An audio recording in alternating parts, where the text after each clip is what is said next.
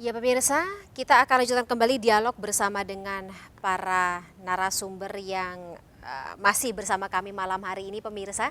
Masih bersama kami juga, ini kuasa hukum keluarga Brigadir Yosua Nelson Simanjuntak, kemudian pakar hukum pidana Universitas Al-Azhar Prof. Suparji Ahmad, dan pakar hukum Universitas Tarumanegara.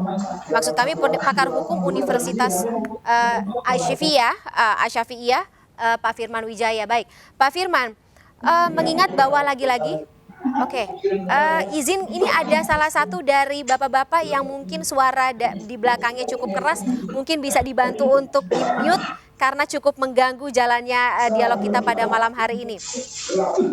Baik, saya akan ke Pak Firman. Pak Terima Firman. kasih Mbak Nuridowati, Mas Hendy, makasih ya.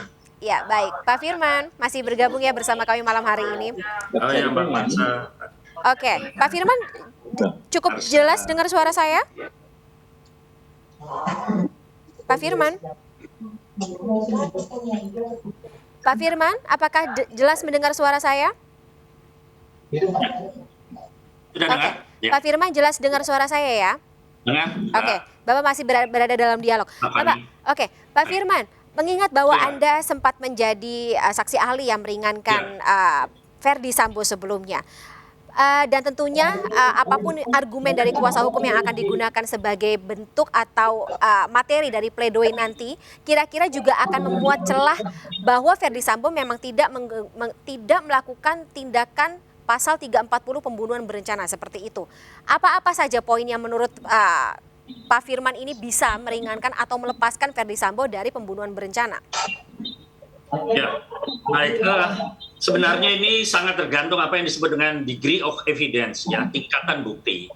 Ya, tingkat pembuktian itu kalau saya lihat di dalam persidangan kasus Sambo ini akan berhadapan antara pembuktian alamiah, ya, keterangan saksi, ya, keterangan saksi-saksi yang mengetahui peristiwa ini dengan pembuktian ilmiah, ya, antara natural evidence dengan scientific evidence. Nah, mana yang akan lebih dominan? Tadi saya katakan ini soal kecenderungan hakim, ya, melihat persoalan. Dan bagaimana membentuk keyakinan hakim itu adalah melalui dua proses uji ini. Apakah majelis hakim yang mulia akan lebih percaya, lebih yakin kepada bukti alamiah atau kepada bukti ilmiah? Ataukah bisa dikombinasikan antara itu? Karena menurut saya baik direct evidence, bukti yang langsung maupun yang indirect evidence ini punya nilai yang bisa mempengaruhi keyakinan hakim. Nah, bagaimana proses keyakinan hakim bekerja itu di dalam pledoi itu akan dibangun, ya, oleh penasihat hukum, ya, sebagai self defense, ya, bagaimana menyampaikan argumentasi untuk memastikan bahwa mood atau pembunuhan berencana atau doslah itu jauh dari unsur misalnya tidak adanya mens rea, ya. Kemudian yang kedua, saya katakan kemarin itu mental element must be present. Sejauh mana para terdakwa ini, ya, secara mental element, secara niat, ya, secara willingness body dari gerakan-gerakan tubuhnya itu bisa diukur kapasitas pelakunya. Apakah dia dalam kapasitas itu atau tidak, ya. Jadi tindakan atau perbuatan yang secara yang disebut sebagai perbuatan aktif, itu akan dilihat mana yang bisa diklasterisasi. Ini bagian yang masuk dalam unsur atau perbuatan yang secara willingly body, secara tindakan itu bisa dibaca dari perwujudan niat. Kemudian perencanaan bisa diukur dari tindakan-tindakan persiapan. Seperti apa keterlibatan pihak-pihak itu. Nah, yang terakhir adalah pelaksanaan tentu. Jadi saya mengatakan tadi antara perbuatan, alat, dan akibat itu akan diverifikasi oleh hakim. Nah, inilah tim penasihat hukum, pastinya masing-masing tim penasihat hukum akan membuat nota keberatan atau nota pembelaan, ya, kaitan dengan pengujian degree of evidence, tingkatan alat bukti itu. Ada Bewis Mendelan, alat-alatnya apa? Sarananya yang digunakan apa? Tadi saya katakan. Sarananya apakah racun, ataukah pisau, ataukah senjata? Ini yang akan diukur. Nah, saintifiknya apa? Hasil balistik. Kemudian visum et repertum, ya, ver itu. Ini yang saya nilai nanti akan membentuk sudut keyakinan hakim berdasarkan ya pengujian bukti ilmiah dan bukti alamiah itu, Mbak. Nah, soal mana yang determinan, mana yang bisa lebih dominan meyakinkan hakim, ini proses.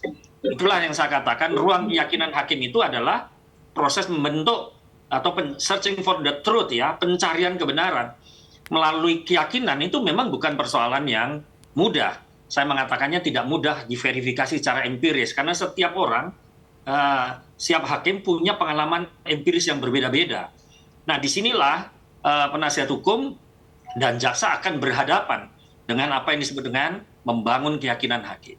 Disebutkan di situ di dalam pasalnya, ya, tidak boleh seseorang dihukum sekurang-kurangnya. Nah, di situ ada minimum, standar minimum yang harus dipenuhi.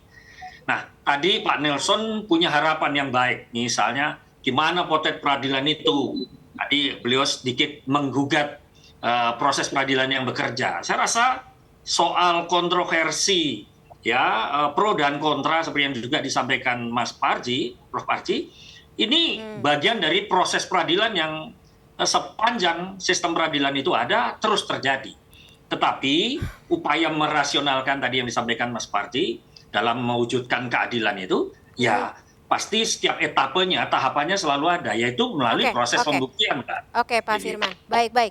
Bang Nelson, berarti ini akan juga menjadi bagian dari pledoi yang akan dialamatkan oleh Verdi Sambo gitu. Ketika memang dia terlibat lagi-lagi emosi karena tadi ada motif perselingkuhan yang juga ini disampaikan oleh JPU sendiri. Kira-kira dari kuasa hukum Brigadir Yosua akan menyiapkan sikap atau seperti apa? Dari kami tidak ada kira-kira lagi, karena kita yang memberikan laporan. Paling hak kita nanti apa kita berhak untuk banding atau apa, kita berhak. Sudah selesai jadwal kami untuk memberikan kesaksian saksi korban. Ini dia etikanya. Namun sebagai memberikan wahana terciptanya kebenaran material di dunia hukum Indonesia, banyak poin-poin yang bisa kita sampaikan. Saran saya sebenarnya seperti salah satunya, kalau ada BAP di Republik ini, tolong kawan polisi dibagikan kepada kawan tersangka, saksi atau apa, biar ada timbal balik one by one itu. Kalau bisa Anglo-Saxon atau apa model peradilan kita, ya yang bagus itu hakim tunggal dan juri. Ini dia. Jadi banyak hakim, banyak pendapat, banyak manusia. Ini dari sisi akademisi ya. Dan terakhir tentunya mata rakyat bisa lebar melihat. Ini kita belum seluruhnya mempelajari KUHP yang sudah ditandatangani.